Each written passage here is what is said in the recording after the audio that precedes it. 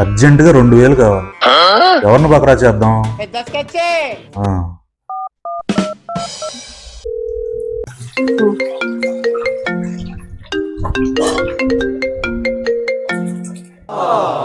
Hello hello అక్క, ఏం లేదక్క, చిన్న హెల్ప్.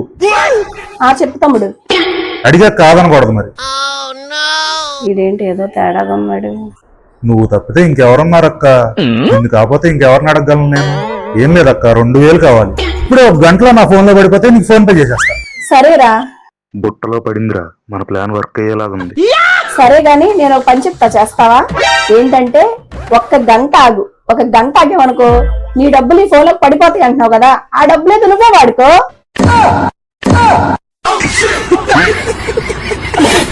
వామ్మో, ఇది నన్నే బకరా చేసిందిగా.